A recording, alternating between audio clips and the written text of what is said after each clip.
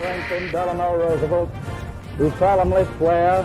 I, Dwight D. Eisenhower, do solemnly swear. I, Barack Hussein Obama, do solemnly swear. That I will faithfully execute the office of President of the United States. The Constitution of the United States. The Constitution. The Constitution of the United States.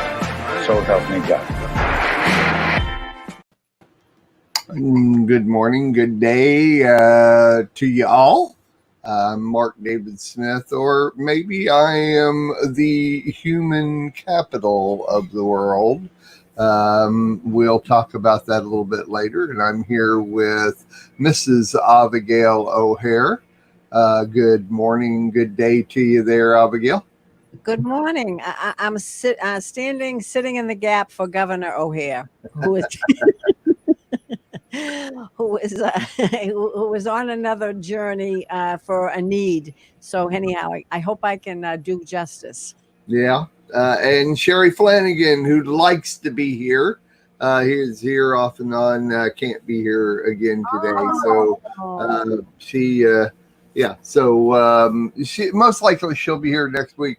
Sherry always has some great input. That woman, don't ever underestimate Sherry Flanagan. That woman comes up with things that just blow me away a lot. And so I really like having her in. It's just amazing what she does know. So I can't retain a lot of things that I find out. So until I hear them again and pass them along. But we've had a great run so far here on Contemplating the Constitution. And if you're new to this and listening to the archives, and you just started, we actually started as a segment on a show that I did called Compass of Cram. I had a segment called The Constitution, and I just started basically going. It's funny. I got this in the mail, and it's like, this is cool. Always wanted to kind of check out the Constitution, and the whole Constitution is in this book, the whole one. That ain't so bad. So I read it, and I go, man, there's stuff I don't know. So let's do some research. And I started just talking about it on my show and started from the beginning of the book. And man, it hit me as, wow, I can't do this justice just doing a 10, 15, 20 minute segment on my show. I can't do this justice. And if I kept doing it, I'd be here for the next 20 years going through it because it takes so long to just talk about it. And it morphed right on into, let's just do a show. And it's been great. I'm glad we did. That was very Lord ordained, I believe, because it's just right there. And the more we talk about it, those of us who have studied Torah for many years, the more we talk about the Constitution, the more we see the correlation of the organization even of Torah, and how it is the laws of God, laws, teaching, instruction of God, and how it works in our lives and how we respect and honor our Torah. But as we study the Constitution, we see the organization of that and how it affects our lives, and kind of just almost it's not the same thing, but it has the same format kind of to it if you think of it along those lines. And it is the Torah is the number one law, teaching, instruction. It is the halakha. It is the way we walk is Torah in our lives. The Constitution could be considered as the halakha, or the way we walk when we live in the United States of America. And we deal with our fellow brothers and sisters out there, and it comes to living our day-to-day lives. And so I have just been flabbergasted by all the stuff that we've talked about. And I miss James O'Hare, and he has always, I guess he took a course on this at one time, but amazing what he knows and keeps track of. And Abigail and I were just talking before we came on that, I have not spent my life, even paying attention to anything political at all, just simply because it's not interesting to me. And so I am way behind in the curve of understanding a lot of the things we talk about until I go out there and research it. But James and Abigail have spent many years, Shalom Desiree, have spent many years in the political arena and paying attention to what's going on around them. They live in Massachusetts. Oh my gosh, can you get any more politically history? Is there any more history of the United States than what's in Massachusetts, United States? And there they are, right there in the middle of it all, and still a great hubbub of political arena of the United States. And how could you not pay attention to everything going on around you? So is that right, Abigail? Is that kind of the gist of it all? It is. And I'll tell you, it's interesting because it's just like the Constitution is, it's so human. It's supposed to be connected with people, and it's supposed to have an influence on, as you were saying, to control, if you will, to bring some type of a balance to how we are to behave and how the government is to expedite the necessary laws and regulations to keep the human race in order. And so, James and I have just been, from the time we first laid eyes on each other, have been very much involved with interaction with human beings who have had a concern about various governments, if you will, and being a voice for those who didn't know anything about the Constitution or know what the rights were of the human race, and how the government is supposed to be expediting this, because they weren't. And so we became very much involved in various groups that were trying to bring some light to what's going on. And this is how this all developed. And the primary catalyst was Israel. And Sure. Because even though we're in United States of America, there are people here in the United States of America who have a very strong concern about Israel because they're Jewish. But in light of that, Mark, and everybody else that's listening, the problem is, and this, I think it's a problem even regarding Torah, it's people's perspective. Right. Sure it is. Sure.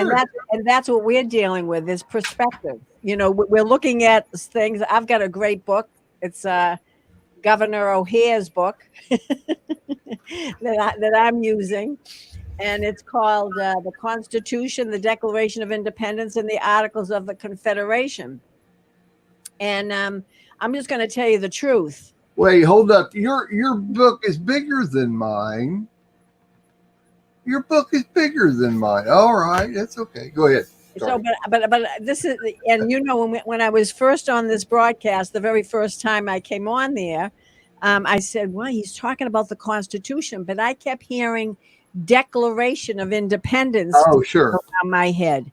And I kept saying, is the Declaration of Independence the heart of the Constitution? And I kept thinking, is that the heart of the matter? I mean, I know the Constitution has a lot of verbiage and a lot of that, but is it really the heartbeat of the human race in the United States of America, the Declaration of Independence? And so that, to me, has been my heartbeat. Sure. from day one. James really went into depth. Yeah, he took a class and he studied it, and he loved it. And so between the Constitution and the Declaration of Independence, we got out there and just started talking to people and informing people. Do you realize what this nation is built on? And nobody knew. Nobody knew. How Because they just came in generation after generation and just took things for granted. how it's just so interesting. It's kind of, I mean, along the same lines. I'm trying to regulate my light a little better here. I'm getting, there it is. That's a little bit better. Get so much glare on me that anyway. I'm with you 100%.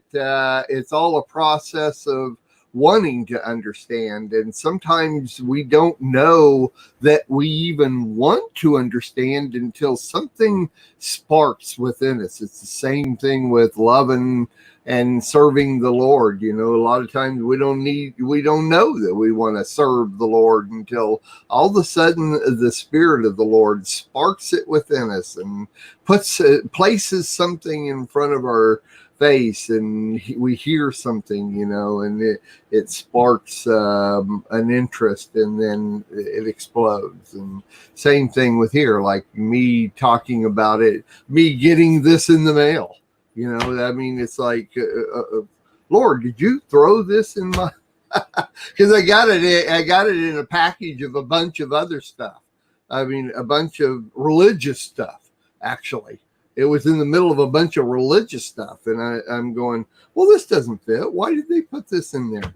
So, and all the other stuff has gone by the wayside. But the one thing that didn't apply is still with me. And here it goes. So, hey, you never know where you're going to go. But we love the Lord, and we love the United States. And the Lord will set things in our path that he wants us to follow, but it's up to us. It's up to us to spark that and get it going, you know. So I love it. All right. Well, we are on. Let me get this over here where I can see it. And my notes here we are still in Article 1. Section 8. Section 8 is got to be one of the longest sections. It is the longest section. We've discussed Section 8, Clause 1 through Clause 5, and have found so far that these first ones, they're all about money. They're all about the collection of taxes, and the United States can borrow money. They can regulate commerce. It's so funny. We can borrow money and we can regulate it ourselves, of course. We set up uniform laws on bankruptcies. We have the power, the Congress has the power to coin money and regulate the value of it. That's what we talked about last week. They have the power to fix the standard of weights and measures. And one of the things we found out last week, I thought was just amazingly interesting, and I've talked about it several times, even on a couple of other shows, is that weights and measures sounds as though it's just got to do with measuring, like what form of measuring are we going to use, like inches and feet, and are we going to use specific kinds, weights and measures. I mean, it literally, but in fact, it has to do with a lot of other things too, when it comes down to the justice system and the mandates of uniform systems of to regulate behavior and enforce order within territories, like for health, safety, morals, and general welfare of inhabitants. And it boils down to a phrase called police power, and we talked about this last week, that all falls under Congress's power under weights and measures. And the more that we talked about it, the more we saw that, yes, it does apply. It falls under those things. So it's so interesting to learn these things and see how they apply to our lives, and why the Congress does some of the things they do when it doesn't seem like they should be able to do that. But today I was telling Abigail I have a very long list of notes today. And because as I would search this out and study and research it, it kept one thing leading to another thing, to another thing, to another thing. And so I learned a lot, and I want to bring it to you. And I'm sure Abigail has got a lot to add to it. But Article 1, Section 8, Clause 6 of the Constitution says the Congress shall have the power to provide for the punishment of counterfeiting the securities and current coin of the United States. Well, that sounds pretty cut and dry, black and white. It's like, okay, if you counterfeit our money, then they can provide for the punishment of it and move on. Is what it sounds like, but there's a whole lot more to it. Of course, the basis is, yes, they provide for the punishment. They set up the laws that cover what can be done for counterfeiting. But my deal, what happened with me as I studied this out, my wonderings went to, okay, what is the securities of the United States? And as I I typed that in, of course, to the great and mighty Google. I asked the great and mighty Google, oh, great and mighty Google, what is the securities of the United States? I just put in the chat there a link to what my research here, part of my research. There'll be more I'm going to put in there. But so the question is, what are U.S. Treasury securities? They are bills, notes, and bonds. These are the debt obligations of the U.S. government. What it boils down to is when you buy a U.S. Treasury security, and that's a bill. I mean, a dollar bill, a $5 bill, a $10 bill, a $20 bill, a $100 bill, and it's hard to get much of anything different than that. These bills, basically, now, and maybe Abigail, you have a little more on this for me, but all the money that we have in our pocket, 1, 5, 10s, 20s, like that, and I'm sure you carry hundreds around with you on a regular basis. These basically are us buying U.S. Treasury security, and it says that we are lending money to the federal government for a specified period of time. My understanding is that those bills are what we have accumulated based on our work ethics, what we do, how we bring in compensation for what we've done or what we sell or inherit, what we've accumulated in currency. But those things, whenever you use them to buy something or use them for services, then you are really circulating. It's putting that money back into circulation and causing it to work for the U.S. Treasury security. So when they say you're lending money to the federal government for a specified period of time, it's just making sure that the security of our coin system is regulated and there is a circular thought to all of that. That's the way I see it. I don't know if you have anything to add to that or not, but it's just a simple fact of that money actually is part of the U.S. government.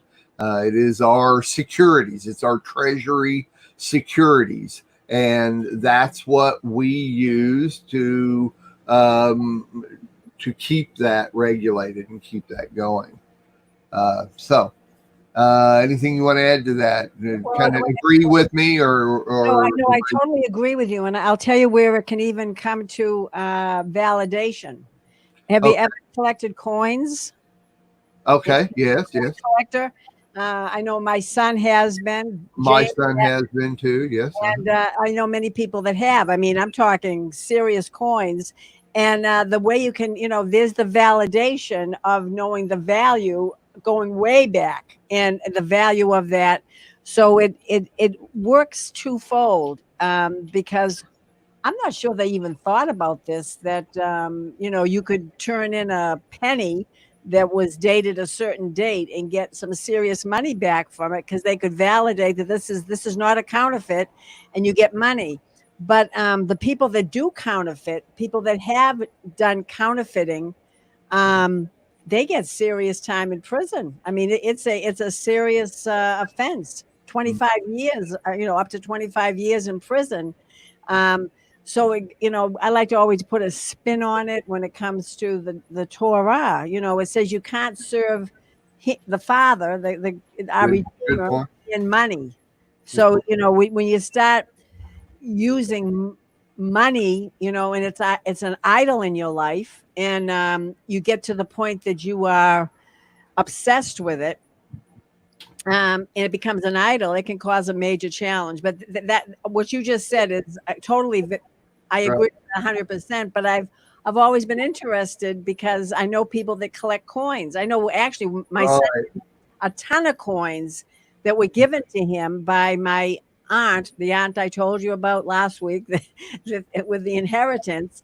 And so she gave Brian a lot of coins. Right. And Brian, being the type of person he is that likes to share this kind of information with people, he was sharing, this, look at this coin, look at that coin. And some of the people he shared it with had ulterior motives. And they came into his room and stole some of those coins. And so we never caught them. We don't, I mean, I don't even know if we even pursued it. But the bottom line is this, that I believe it's there's something very spiritual behind this whole thing about the coin situation and validate and making money and that whole thing. Don't you think it has so much to do with the love of money? Oh, sure it is. Of course it is. Of course it is. It's me. It's my money. And it has to do with me. So yeah, of course it is the love of money, the root of all evil, and of course the evil being me. Because if I have all the money, then I have power, and power, money being, once again, just comes right back to what I was saying.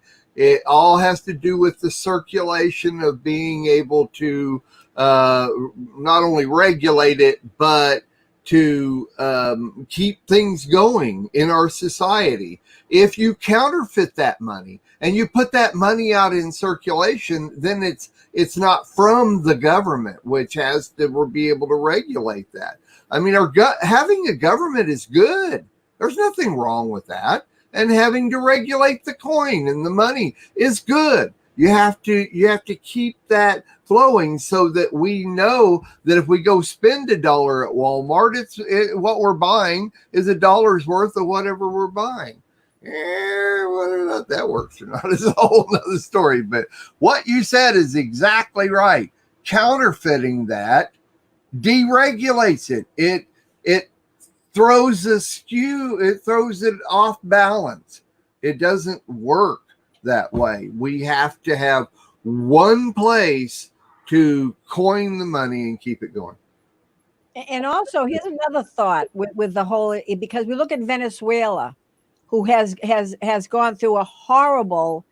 I mean, it used to be a very wealthy nation, one of the wealthiest nations, and now you look at the streets of Venezuela, and all this money is all over the streets. It has no value whatsoever, and these people are, they don't have food, they don't have water, money has no value.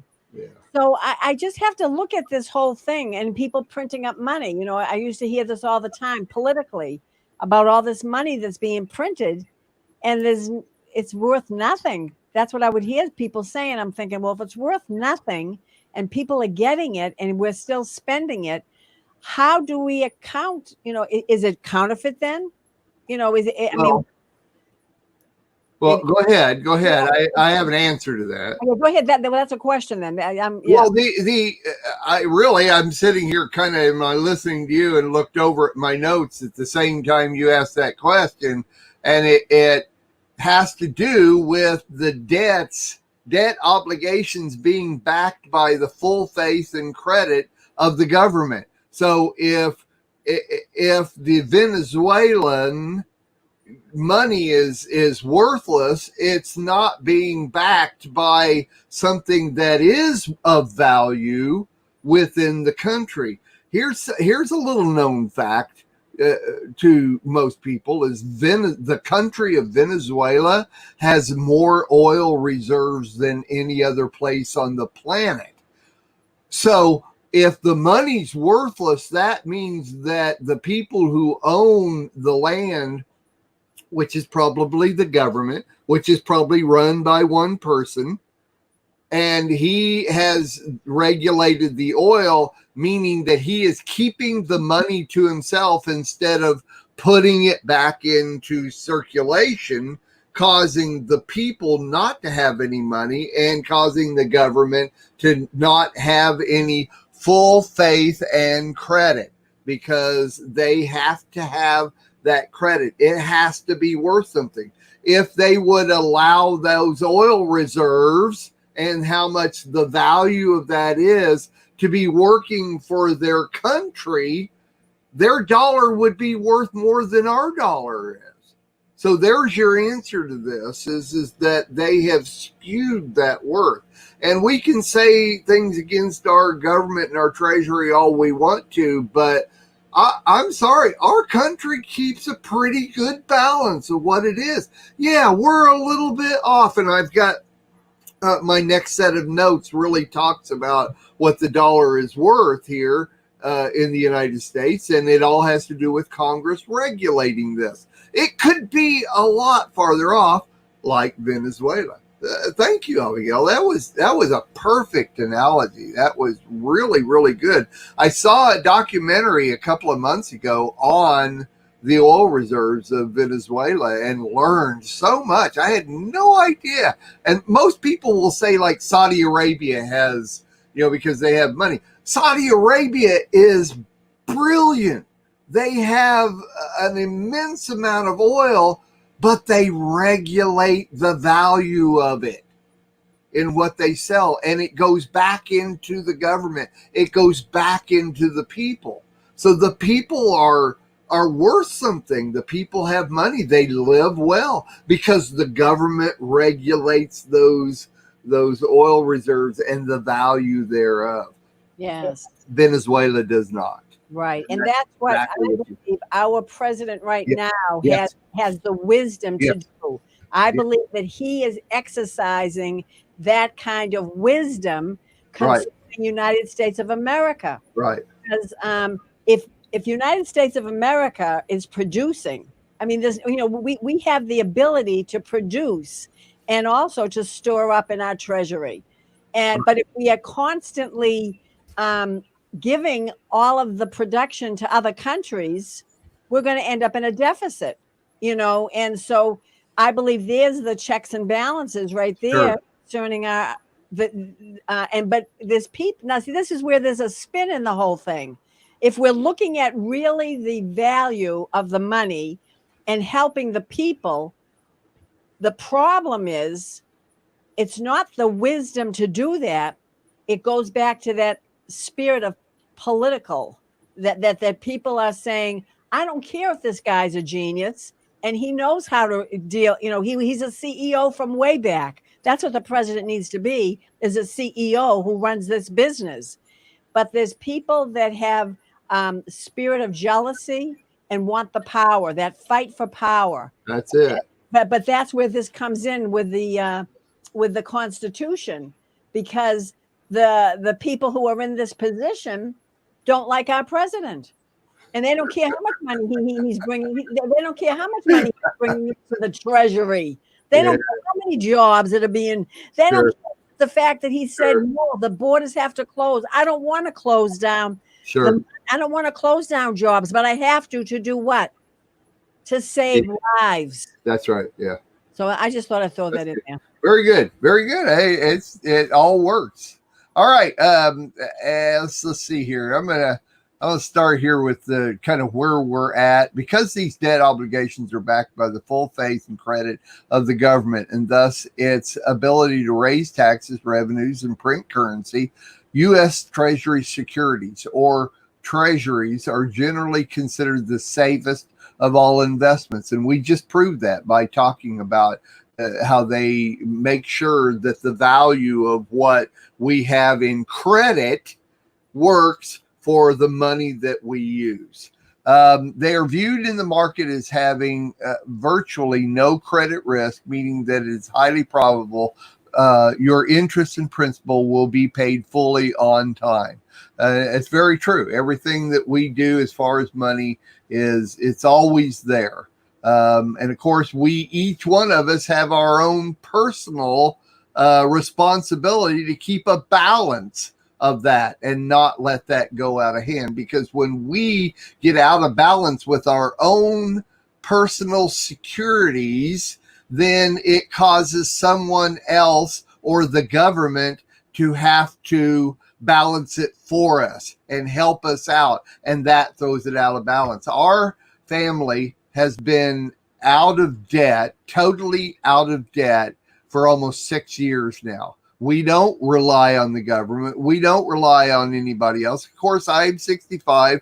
I get my Social Security money and all that, but hey, I paid into that. I spent my life working to pay into that. So I don't rely on the government. I go out of debt and I make sure every penny I spend is pennies I have. And that's how I balance that out. Okay, so according to the Bureau of Labor Statistics Consumer Price Index, today's prices in 2020 are 7.41% higher than average prices in 2016.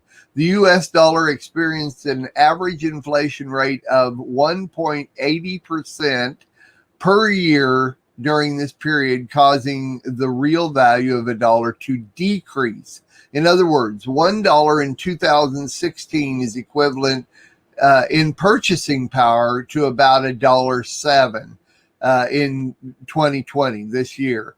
A difference of 7 cents over 4 years. That's really not too bad, seeing as though how a lot of stuff has really gone skewed. The 2016 inflation rate was 1.26%. The current year-over-year inflation rate, 2019 to 2020, is now 0.65%.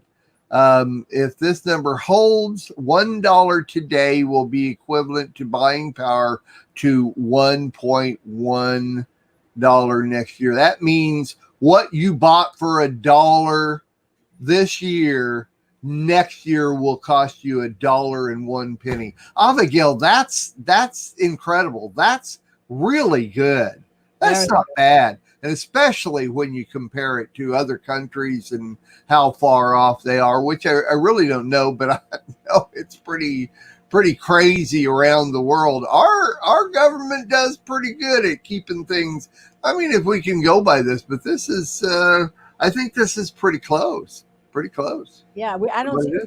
I don't see bread lines, and the people I know But that are even I mean, everybody has a different income level, but sure, I see that people are doing pretty well. I mean, not bad.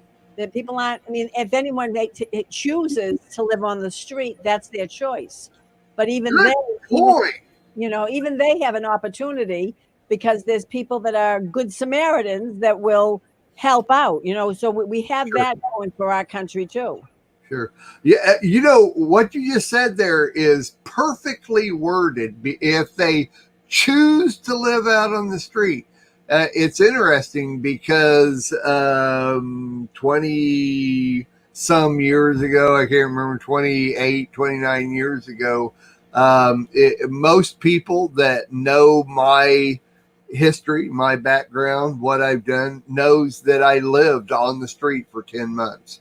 I was homeless for 10 months. Now I'm the owner of the Messianic Lamb Video Network, all because of the Lord, 100%. But one thing I learned by living on the street as homeless is that a good 85% of the people, this is just in my remembrance, about 88 out of 10, let's just put 8 out of 10 people living on the street was there because they chose to.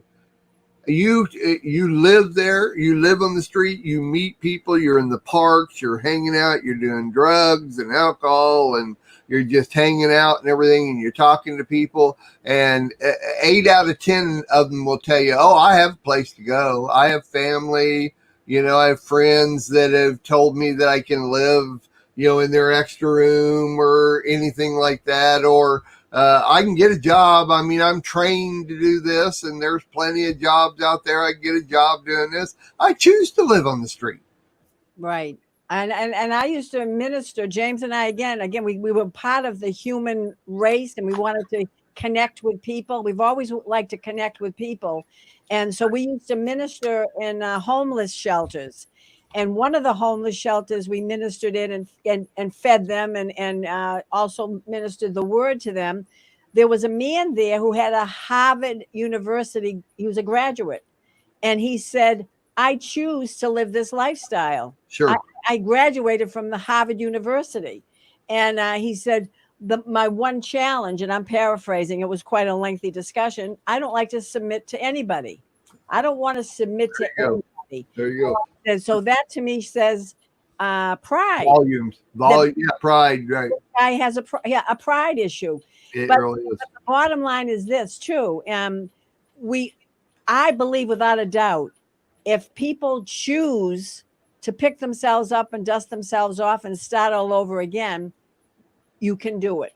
Right. I've done it. I've been down to the point that, I mean, burnt out. I'm just saying. I'm not going to go into all the details, but Sure. I've been burnt out, but I know that we serve a living God. He's not a statue. He is alive, and when he sees his child that says, I want to make my life count. I want to be something Sure. to give you glory, because it says in the word, don't bring my name to nothing. Right. Very good. I created you for a purpose. So anyhow, that to me is what this is all about here too, that there's always an option. And I believe that's one of the blessings, the land of the free. Look at how many people That's right. came Very good. to the United States of America as a refuge. Most of our ancestors individually came over to escape something. My family escaped the pogroms, and so they came over, and they needed it was either come here or die, Right. and so, but they rolled up their sleeves and said, I want to work. I want to set up a family. Sure. This goes back to the Declaration of Independence, and so I think that we sure. have that heart of wisdom dealing with the financial end of it to say, America should say, I'm here to help you if you want to live according to the laws of the land. That's the key. Right. I want to live according to the laws of the land. So Right. that's another story, maybe for another time. But No, it applies. It's good. It's good. I like it. We all have a choice. That's the number one thing. All right. The next part of this, the U.S. Securities and Exchange Commission. Here is my notes I put in the chat room here. This is where I'm getting a lot of my notes from this so that I understand it more. And the U.S. Securities and Exchange Commission. The mission of the U.S. Securities and Exchange Commission is to protect investors, maintain fair, orderly, and efficient markets, and facilitate capital formation. And this all follows right in with we are in Article 1, Section 8, Clause 6. The Congress shall have the power to provide for the punishment of the securities counterfeiting the securities of coin in the United States. So how do we get the securities? This is part of that. Based on the Securities Exchange Act of 1934, and we're going to discuss that a little bit more. We're going to find out the history of that and discuss that because that all falls in line with Congress here. The Securities Exchange Act of 1934, they have the power to oversee all aspects of the securities industry, which is securities market, stock exchange, stock market, which is an exchange where security trading is conducted by professional stockholders. They have the power to register, regulate, and supervise everything from brokerage firms to self-regulatory organizations, which are called SROs, which is like the New York Stock Exchange and the NASDAQ stock market. They also have the disciplinary powers necessary to identify and prohibit misconduct in the marketplace. Now, for the history of this, which is really important because it sets sets where we're at in 2020. 100 years ago, this year, during the 1920s, it's been 100 years, approximately 20 million large and small stockholders took advantage of post-war prosperity to set out to make their fortunes in the stock market. 100 years ago, 20 million stockholders were in the stock market. It's estimated that of the 50 billion in new securities offered during this period, half became worthless. Of $25 billion in the 1920s became worthless. And that's right after World War I. Before the great crash of 1929, there was little support for federal regulation of the securities market. So in other words, you had the stock market, it just wasn't regulated. They could do whatever they wanted to do. They could set whatever value on whatever stocks that they had, and it just became total chaos is exactly what happened. When the stock market crashed, public confidence in the markets plummeted. Investors, large and small, as well as the banks who had loaned to them, lost great sums of money in the ensuing Great Depression. There was a consensus that for the economy to recover, the public's faith in the capital markets needed to be restored. Congress held hearings to identify the problems and search for solutions. Thank God we have a Congress. Based on the findings of these hearings, Congress, during the peak year of the Depression, passed the Securities Act of 1933. This law, together with the Securities Act of 1934, which created the SEC, the Securities Exchange Commission, was designed to restore investors' confidence in our capital markets by providing investors and the markets with more reliable information and clear rules of honest dealing. Basically, they were regulating it. It was one place, Congress. It was one place that had the ability, the power. I kind of liken that word power anymore as I search these out and as I read these different things of the Constitution and how it works. I like that word power because it's nice to have one group of people that can regulate these things. Anyway, based on these findings during that peak year, this law, together with the Securities Exchange Act of 1934, which is, once again, the Securities Exchange Commission, was designed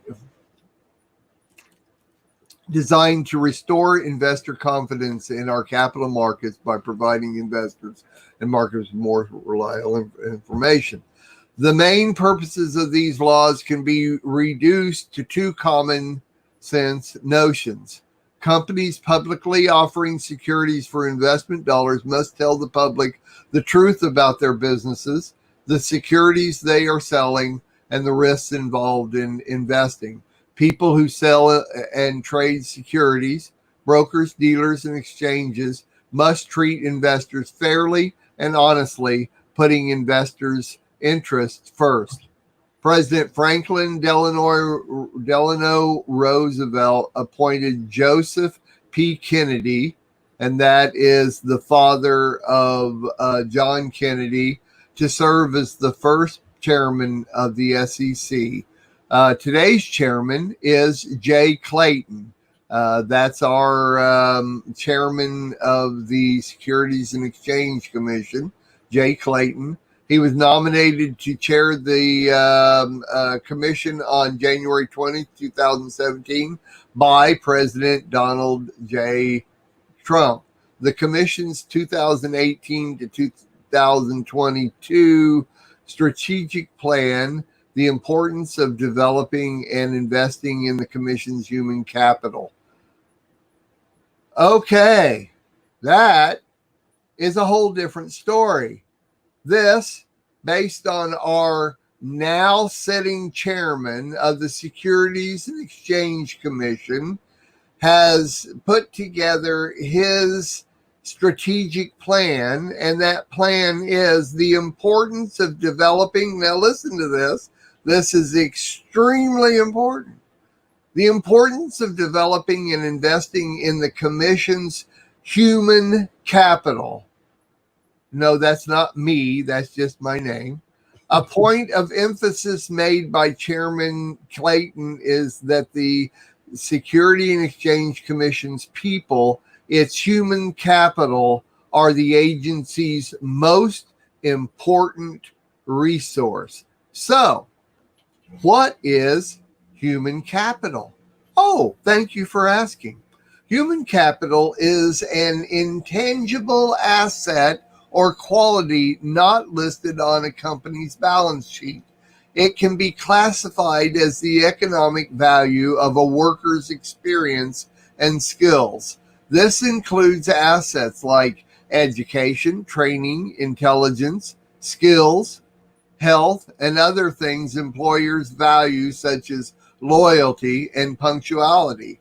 The economic value of the abilities and qualities of labor that influence productivity. These qualities include higher education, technical or on-the-job training, health, and values such as punctuality. Human capital, Abigail. People. Exactly. People and their experience or their non-experience, and what is the value of that. Now, in the, I think it's about, it's one back, maybe a month ago, in the AARP newsletter, they had a huge article on the, what is it called? I wish I brought this in here. It is the accepted bias against ageism.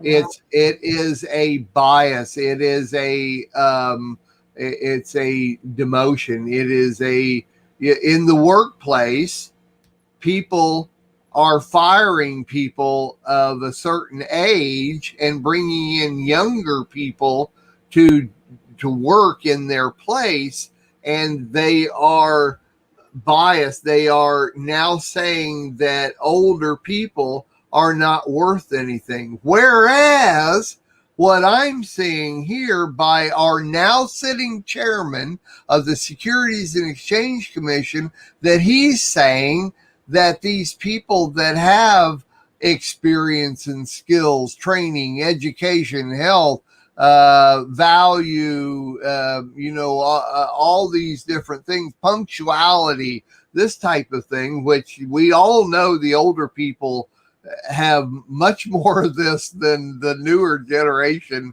that's coming in. They are the big businesses of our United States are saying that these people, these older people, have no value. They want the more younger generation that can draw in the younger generation to their businesses. And the people are rising up. AARP is rising up. They are putting out articles, and they are sending out people that are against this and politically fighting against this, that you cannot fire people for their age. You can't. It's an acceptance. It's an accepted bias throughout our country, and I think it's being maintained by the younger generation of this country. I'm putting my opinion out there, okay? I'm not saying this is what it is. It's what I see at 65 years old. I know you're probably about 35 or 36 years old, Abigail. You probably don't understand this like I do, but it's there. Was just thrilled when I read that our chairman is looking into this and finding this of value. Human capital. What a great way to word it. What a great way to word it. I know. And another area that the human capital is making is trying to make an impact in the United States of America is not only the younger generation, but they want to import other people to the United States of America to do certain jobs that take away from, let's say, the young people of United States of America. They want to import people from, say, China or other countries that they will hire. And that's been going on. And so it eliminates, even if the younger people wanted to get a job after getting skilled training to do something. So there's a lot of human capital that is trying to be expedited, but not on President Trump's watch. He is being very careful to make sure that the people in the United States of America, all ages, are getting jobs, that they Sure. They qualify. And I personally did not experience that. I was with the latest job for 24 years, and I was, I actually was on the job training, and I just trained myself and developed a wonderful position, if you will. But one thing that happened during the Great Depression, I wanted to bring up with when you talked about the Great Depression, was Franklin Delano Roosevelt said one thing, because they had a major talk about unemployment right here in Lowell, Massachusetts, 90% unemployment. Ohio, 90. 90. And but one thing that the president said, Roosevelt, he said, there's one thing to fear itself. Right. And right. So I see that as what's happening here today, too, that we are battling that spirit of fear. And because as you've said it, if you had a penny every time or a nickel, you said that the Father did not give us a spirit of fear, but Right. a power, a spirit of love, and a sound mind. That's right. And so that needs to be echoed in this generation, because people fear the virus, people That's fear right. all kinds of things. They fear this chaos that's taking place. So it's just interesting how, but it all is centering around money. Uh-huh. Everything is centering around the dollar, Right. and so I mean, and James sees it now. I mean, James got hired at this place, and he's overseeing. I think it's 6 young men, real young. I mean, one is just graduating from high school, and the others are not far older than him. And I worked with young people that were in college and came to work in the area that I was in, and you'd see it. You'd say, you know, me when I was working, Mark, and I started working when I was 14 years old. And I was always on the edge of my seat is how can I do something? What can I do? I didn't want to be idle. But I noticed that this generation that's in the job force, they're not as much on the edge of their seat to do something. They've got this mindset that I should be the executor. I should not be starting at this level. I should, and Right. Right. and so I think that the human capital needs to have a more of a work ethic.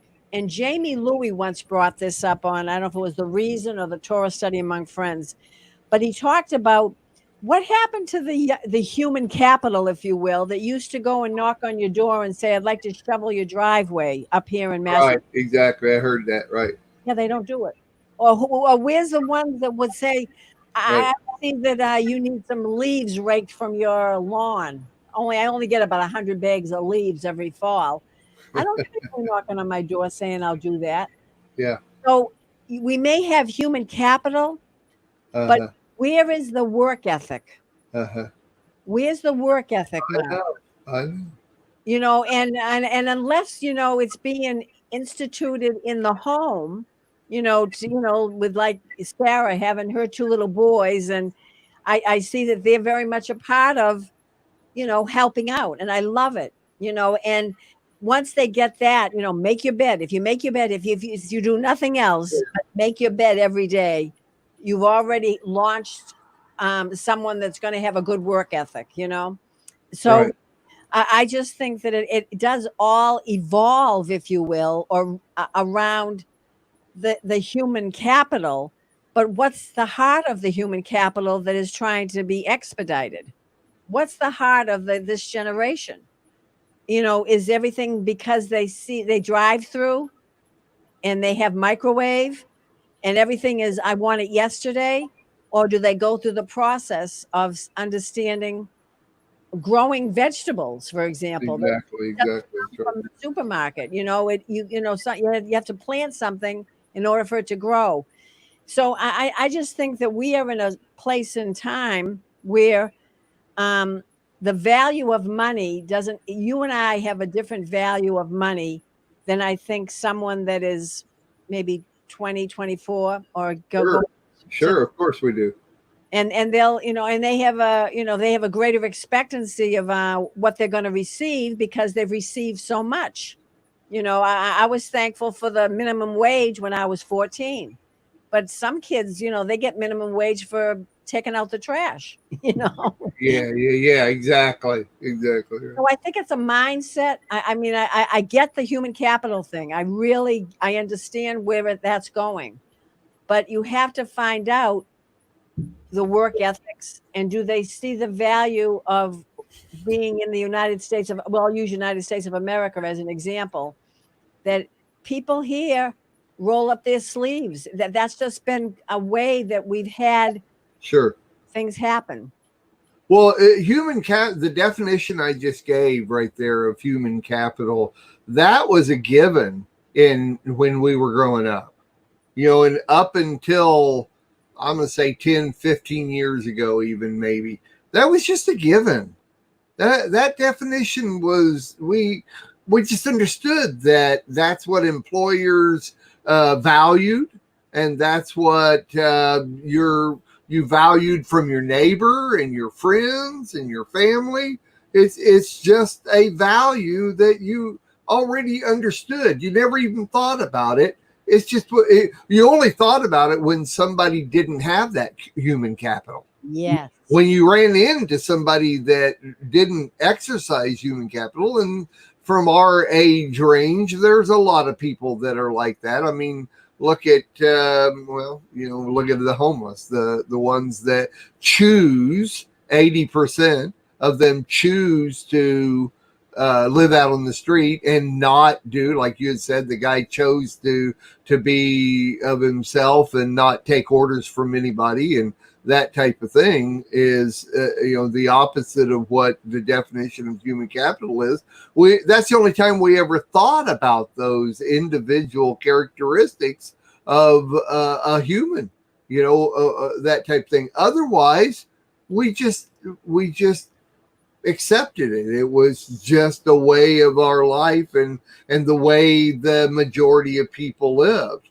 But I don't want to really get into it. I want to re-emphasize my thoughts on millennials, but millennials are kids that were raised by kids. I mean, in our generation, baby boomers, we raised our kids to have value, and then it was the workplace, and it was the mothers not having the time to raise their kids. They left them at home by themselves. The kids obtained new values, got pregnant, started raising their kids with the values based on the mother working and not giving them the values they needed. See, this is my process of what boiled down to millennials. Now, our daughter Sarah, we've talked about, she was born late in my life. I didn't have any children early in my life. She was born late in my life. I'm 65 and she's 27, I think. And we raised her with our values, the old school human capital values. Yet still, as you know, she was here for 2 weeks, and last year she was here for a month. And we even talk about this, so it's not like I'm saying something behind her back, but she admits to being a millennial, and there are specific characteristics that apply to millennials, and a lot of them are anti the definition of human capital that I just read. And it's just simply a generation that, for some reason, human capital is skipped. For some reason. She has some great qualities and she does a lot of really good things, but yet she still has that lackadaisical human, anti-human capital thing there. And I don't get it. I don't understand, but I see the way they are. And for some reason, it just feels to me like God skipped a generation there or something with the party. I mean, something too, Mark. I'm of the persuasion. Again, it's individual choices. I'm going to go back to choices. Sure. I grew up in a period of time where there was a lot of things were happening. And I don't want to date myself, but I will. I grew up in the 60s. And so there were a lot of things going on in that time. And I was a latchkey kid. My mother was a phenomenal example of a working mother, but also someone that you knew loved her children, sacrificed immensely for her children, but she set an example. And that's one thing that that was passed down to me. The one that I did with my son is I heard the father say to me, don't think anyone's life is perfect. Like your life is not perfect, but one thing you can be is a perfect example to your son. Not that you're perfect, but you can be an example, showing worth ethics, showing love for the father, trusting him. And so I just that just passed on to in me and also in my sister. And so we just built up a constitution, if you will, within ourselves. Sure. Um, it was Sure. like Well, no matter what happened in my life, there was always something within me that would say persevere. You right. know, don't let anything or anyone hold you back from the function that I have created you for. So, and sometimes there's late bloomers, Mark. Some Sure. people, I get it. they Yeah. won't bloom until they're 30 years old, 40 years old. And so, what does it say in the Bible? Don't judge a man until the end of his life, or a woman. So, I Very think good. that we're living in a time, even though when there's all kinds of things going on around us that, like, wow, things that are, there's still a constitution in certain people talking about the constitution. It very well said. That's a good word to use. It works. Go Yeah, ahead. Go ahead. it's stabilizing. There's something very stabilizing in the law. Even during the time of the Great Depression, do you know what they had to bring back to try to make some money during the Great Depression? Alcohol. They brought Oh, back right. beer. Remember, it was prohibition. Right. Someone said, if we get a beer going on, we can make some more money. I'm not promoting Well, alcohol. of course. Yeah. Yeah. Your point's exact. Right. Ingenuity, that people were saying, we had prohibition, and so there people were, and I'm not saying every decision that people make is right, morally right, or physically right, but I just believe that the human nature, that what we're made out of, um, we just have some of us hold such treasures within us that Sure. no matter where we are, and you know this for a fact because of your own life, no matter where we are on the street, wherever it may be, there is, I believe, the great I am is working in us, with, even if it's a whisper, encouraging us to press Amen. on, and Right. so that Right. that's what this reminds me of. We see the layers of history and the areas of the human race that we've gone through so much wars and prohibition and depression, but what the key is, don't fear, Right. fear God, but have faith. I don't know, this just always stirs me to back to the Bible, back to the Torah. Well, because the Torah teaches human capital. Exactly. There's I value. love that. I love that, Mark. That's That right. is so true. That sums up this whole message. Torah is what keeps the human capital. That's right. Yes, I Yeah. love that. You summed it up. Yeah. Let me tell you what, all lives are of value. All lives matter, period. Amen. Because of human capital. It's not it's not Asian capital, it's not white capital, it's not black capital, it's not, Muslim capital. It's all human lives are value. It's human capital. And it And all that's what boils boils down, down to. and it boils down to the choice. We go back to that Right. again. That's right. Exactly. We all have. We're not puppets, and, Yeah. and the Father gives us that Right. value, if you will. Choose this day who you're going to serve. Oh, very good. Yes. And what did Bobby always say? You're going to serve somebody.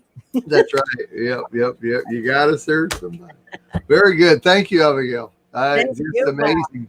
Real good show. They're always good. They get better and better every week as we reason these things out. And I enjoy reasoning these things with you. So that kind of about does it for our show today. If you missed part of it and want to see the whole thing, or watch all of our archives of every different article and section that we've done so far up to this point. Today we just finished off Article 1, Section 8, Clause 6. which is the Congress shall have the power to provide for the punishment of counterfeiting the securities and current coin of the United States. And if you're wondering, what in the world does human capital have to do with the punishment of counterfeiting for the securities of the current coin of the United States? You're wondering, what does that got to do with it? Well, go back and start from the start and get to our end, and you'll see what human capital has to do with all that. And, then go back and listen to every one of the other ones. And believe me, if you don't learn anything from any of these shows that we're doing, I got nothing for you. I got nothing for you. You can go on. You're going to tribal council, and it ain't going to be good. Desiree said, she says, "Boy, am I relating to what you are saying." We don't know who the you is, probably. I mean, but she's relating, and so that's the key. I'm learning so much, and I love it, Mark, the way you bring forth the Constitution. But it always connects with that human capital and what's inside the human. Yeah, that's awesome. Good job. Sure. Thank you. Appreciate it. All right. Very good. And the archives of this show and all the other ones are on MessianicLambNetwork.com. And by the way, Abigail, mention your book and where they can find what the book's about, where they can find it, if you would, please. Well, it's interesting you brought it up because Desiree was asking me. It's Born for Restoration. Hallelujah. And it's a picture of talking about the value of life. I just happen to have one. It's all right. It's all right. There's that baby. And wait a minute. Uh-huh. Okay. Baby. That's Abigail when she was a baby. So baby grow up and they have to make choices. But it's Born for Restoration, and it's on all kinds of, it's on Kindle, and it's at the Amazon and Barnes and Noble, and check it out. Abigail O'Hare. It's my testimony, but it's also a universal testimony. I'm sure that somewhere in this book, whatever I'm saying here, you'll say, wow, I can identify with that. So anyhow, thank you. Thank you so much, Mark. You bet. Sure. Off the top of my head, I'm going to tell everybody what shows Abigail O'Hare is on the Lamb Network. She starts on Sunday morning doing our very first War Room Prayer with Dr. Jamie Louie. And then she goes into the Sunday Let Us Reason Together show with her husband, James O'Hare. And then she skips all the way over to Wednesday when she does the War Room Prayers again. She does the Constitution show with me. And then Wednesday evening, she does the Hidden Voice of Adasa show on Wednesday evening. And then morphs right into the Israel My Delight show with her husband again on Wednesdays. And then on Saturday, she does the Torah Study Among Friends show with her husband and Dr. Jamie Louie again. So did I get them all? What a blessing. Yeah. My brain has a graph with all the shows and everybody's on. I love every minute of it. And you may want to tell people to watch the latest virtual conference with Valerie Moody. The archive is up and ready to go. Just go to the website, click on it. By the way, if you're still going to YouTube to watch all the shows on the Lamb Network, you are missing out on, and I'm just gonna say it, hundreds of different shows and segments and different things that are going on. The news of what we're doing, the news shows, you're missing out because they're not on YouTube. They're not on YouTube. So if you're not going to the website to check everything out, and you can watch every live show on the website, if you're not doing that, you're missing a massive amount of content, videos and content. And eventually I am working towards making the entire morning solid with live shows and all the evening shows with live shows. So hopefully by 2021, we will have Messianic television based on live shows morning and evening. That's what I'm working towards. Whether or not it'll make it, we'll see what the Lord does. But that is ready to go. But in 1 month, today is the 22nd. On August 2nd, August 2nd is our next Keeping Focus in Distracting Times. And that will be with Judith Garton, Kennard Levi Brown, and Alan Aguirre. Will be the 3 speakers for the next Keeping Focus conference. And then 2 weeks after that, on August 16th, is the Brad Scott Memorial broadcast. If you didn't know, Brad passed on to the Lord a little over a week ago, about a week and a half ago. And I am almost daily in connection with Carol Scott, Brad's wife, and together we are putting together this memorial. We have 22 people scheduled to speak. 22 people, including, and by the way, you are the first to hear this. This is the first time I'm revealing this. Carol Scott will be there during the broadcast, possibly for the whole broadcast. And Brad's brother, Bruce Scott, will also be speaking and telling stories about Brad. So we've got people from Australia that will be on. We've got Eddie Chumney, Dina Dye. The list goes. Dr. Halissa Allwine will be there. A lot of Brad's really close friends will be on this broadcast on August 16th. So you can't miss it. If you want to know more, you want the list of people, you want to know about Brad, you want all the information, go to the Lamb Network.com website, MessianicLambNetwork.com website. Right up at the top there on the slider banner, you're going to see a link with Brad and I walking down the beach. And you'll see a link there. Go to the page and you're going to see all the information you need to know. Obviously, it's still early and we haven't set up a schedule of speakers yet.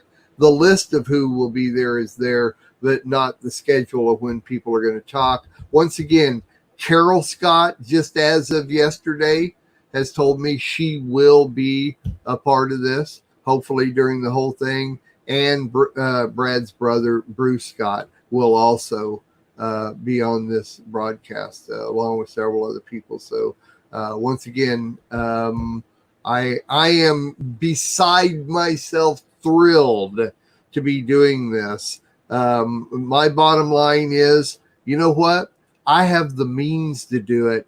Why wouldn't I? Exactly. That's where I stand on it. So here we go. Thank you, Abigail, so much. Let me find our outro and we'll get going here. Thanks, everybody, for listening, watching, and we will definitely see you next week with Article 1, Section 8, Clause 7. And another really good one. So once again, thanks, Abigail, and we'll see you next week. God bless. Shalom. Here comes Susan. We are richly blessed to bring you what we believe is the fullest, most diverse, yet up-to-date progressive teachings, discussion, and prayer programming you can find anywhere on this planet. Be sure to take the tour of the MessianicLambRadio.com website. I'm Susan Hoogie, thanking you for joining us on the Messianic Lamb Video Network.